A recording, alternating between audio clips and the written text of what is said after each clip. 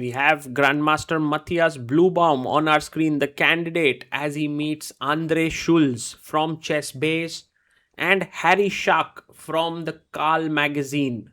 Both of them from Germany there, and it's the all-German clash here. So very exciting for the German chess fans, as Matthias Bluebaum, who is right now someone everyone's looking at his games, takes on Vincent Keymer, one of the best in the world right now. Vincent is the top seed in this tournament with an elo of 2776. He's one elo point ahead of Arjun Erigaisi.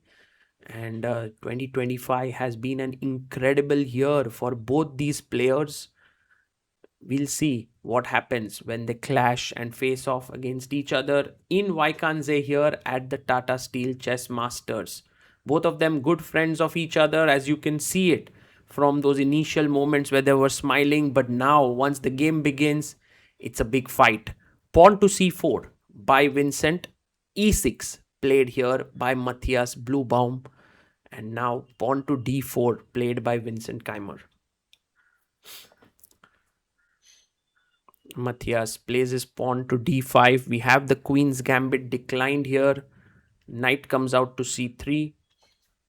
At the FIDE Grand Swiss, Vincent was completely winning against Matthias, but then made a huge blunder which gave Matthias the chance to make a comeback and reach the candidates. And now Vincent will be eyeing for a revenge here. Pawn takes pawn, and Matthias takes back with the pawn. E takes d5, and we have bishop to g5. Now the bishop pins the knight, puts pressure on d5. So bishop e7. Matthias is playing the main line in this Karlsbad structure. e3 played. You can't yet play your bishop to f5 because I'll take and play queen b3, which is why he asks a question with h6. And I think a very logical move is bishop h4, maintaining the pressure there. And he plays it. Bishop comes back to h4. And now curious to see what Matthias plays. He castles here. And Vincent, I believe, will put his bishop on the d3 square. That's the most logical move in this position. Yes, he puts his bishop on d3 on a good diagonal.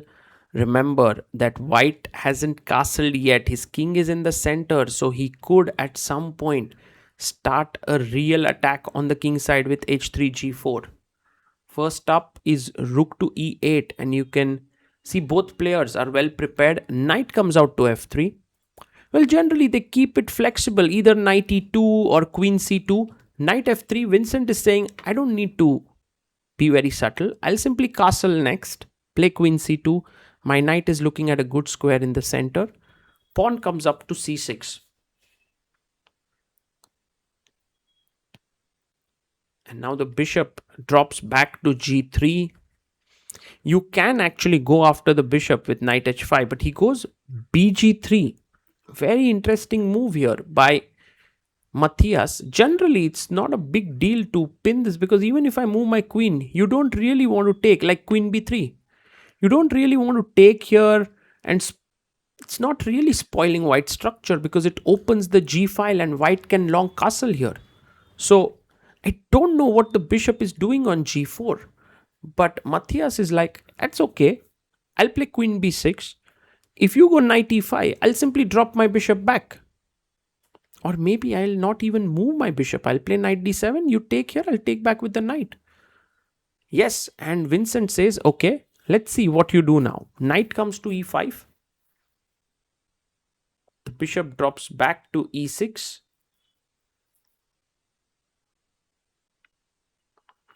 And now Vincent can drop his queen back to c2 with a very interesting position where white could castle long and short both.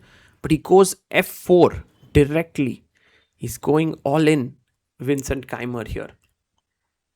And look at Matthias there. He's like, wow. And he plays his knight to g4, attacking the pawn on e3. And it should be noticed that f5 Now the knight is hanging.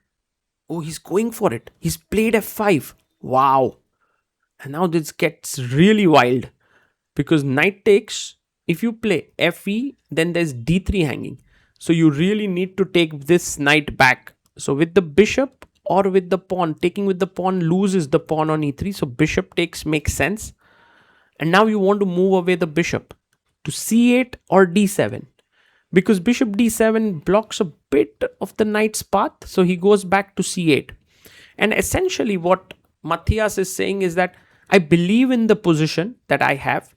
I'm not really worried about my pieces being underdeveloped. So bishop goes back to f4. Defending the pawn on e3. The knight comes out to d7. The knight would like to come to f6. And you can see on the e file there are weaknesses. The e3 pawn is weak. And now Vincent can simply castle shot. That seems like a nice move, but he goes h3. And this is not the best move because now you can see Matthias is completely in deep thought and he has a very nice move, bishop h4. And his main point is if you go g3, he'll take here, take here, take on e3, king f2 to defend the bishop and queen d4. And it's winning position for black. So g3 is impossible. He goes king d2. And now what a beautiful move by Matthias Bluebaum. He says now that the king is weak, I no longer want to trade queens. He goes back queen d8. Lovely chess. Vincent goes g3. I'm pretty sure he doesn't like his position so much, but there's still a lot to play for in this position. Okay, bishop g5 makes so much sense, but he comes back bishop e7. It's as if Matthias is coiling a spring here to just simply, unwind at some point. Rook c1, maybe better was g4, rook g1 and get the king safely, but rook c1, knight comes to b6, defending the pawn so that you can play c5 next, g4 on the board. And I think it's time to break open the center with c5 and Matthias does it. Excellent move here by Matthias Bluebaum. And all of a sudden, Vincent Keymer is like, man, this is not what I signed up for. Clearly, c4 is coming in. He takes the pawn. And now bishop takes c5, eyeing the e3 square. So many things hanging here for Vincent because d4 is also coming in. If you try to be a little tricky trying to win this bishop, then queen takes, and you have this very subtle check and then you pick this up. So he plays king c2, now trying to run away with the king, but a pawn is a pawn here. Bishop takes e3, should be very strong. Takes it, takes, rook takes, and now this pressure on the d3 pawn. I mean the d3 bishop. So you can't even run away with your king. He goes rook e1, offering a trade. Takes on e1, rook takes e1, and just bishop d7. Yeah, that's a nice move. Again, can't win the piece, especially knight d5 or just bishop a4, and you lose the queen. So big threat here could be d4 followed by bishop a4. So place queen to b4. And it's one thing to get an advantage here, but can you finish it off? Queen h4 attacks the rook, also the pawn. So Vincent Keymer goes rook e3. He defends this pawn on h3. But now there are ideas of queen f2 check. He plays it. Rook comes back. And maybe queen g1. Because now d4 is in the air.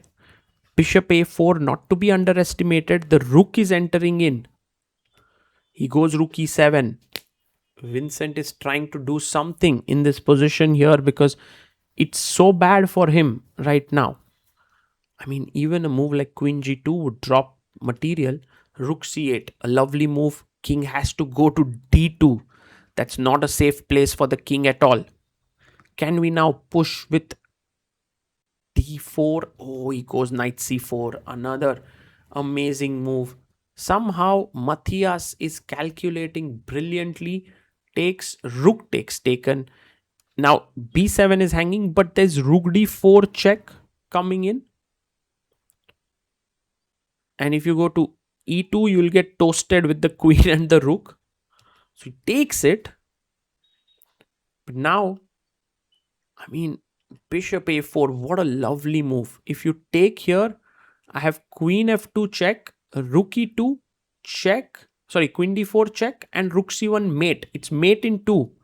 Bishop a4 is such a powerful move with ideas like rook d4 check. And looking here, I mean, there's just no move left here. Let's say, for example, queen a7, I have rook d4 check, king e2, and there's also bishop d1. Like 3 pieces are good enough for a big, massive attack. And you can see Vincent, who wanted to make a move, is in disbelief here because he doesn't have a good move left at his disposal. He's like, if I do this, I lose. If I do that, I lose. And he gives up his hand in resignation. Look at that. That's not the kind of game we are used to seeing Vincent play. He signs his score sheet, pushes it away. He lost the previous round to Vincent Keymer, to Vladimir Fedosiev. Now lost this one to Matthias Bluebaum. And Matthias is just giving us a glimpse of what he could very well achieve at the candidates with such amazing play by the German youngster. And the battle between German number 1 and number 2 player ends in a victory for the number 2.